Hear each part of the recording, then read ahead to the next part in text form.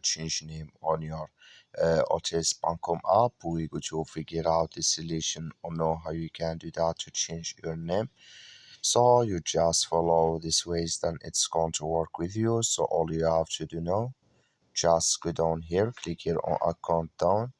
When you just click here on account, it's going to take you to this list here. Then all you have to do now, you just click here on profile here.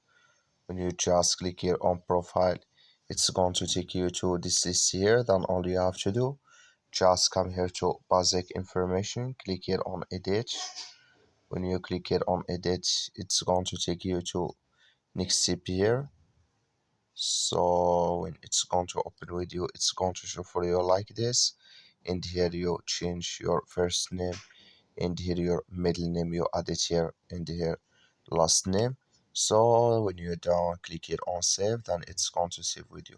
That's all you have to do. That's all. Thank you for watching. Don't forget to support us by liking and subscribe.